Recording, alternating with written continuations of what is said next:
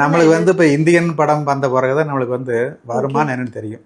அதுக்கு முன்னாடி வந்து நம்மளுக்கு வந்து வருமானம் அடிக்கிறது, உதைக்கிறது, சண்டை போடுறது, இல்லை ஏதோ பண்ணி வச்சிருவாங்க அப்படின்னு தான் நினச்சிட்டு இருக்கிறோமே தவிர, நம்மளுக்கு வருமாங்கிறது என்னென்னா வந்து நம்ம சித்தர்கள் காலத்துல இருந்து இருக்கு உங்களுக்கு.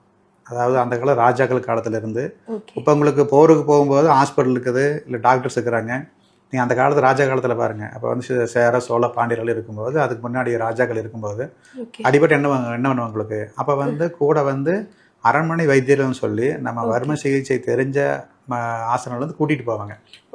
அவ என்ன பண்ணாங்க, போரில் அடிபட்டு வந்தாங்க அப்படின்னா அவையில் உடனே வந்து ரெடி பண்ணி அவைய என்ன பிரச்சனை இருக்குதோ, இடுப்பள்ளியோ இல்லை காயமாயிருக்குதோ, ரத்த காயமாயிருக்குதோ, இல்லை வேறு பிரச்சனை இருந்தாலும் எல்லாத்தையும் வந்து வறுமை முறை செஞ்சு தைலங்கள் தடவி அந்த பச்சளைகளில் வச்சு கட்டி ரெடி பண்ணி, இப்போ உங்களுக்கு ஒரு 10,000 போர் வீரர்கள் போகிறாங்க அப்படின்னா ஒரு 500 பேர் அடிபட்டுறாங்கன்னா மீது 9,500 பேர் போவாங்க.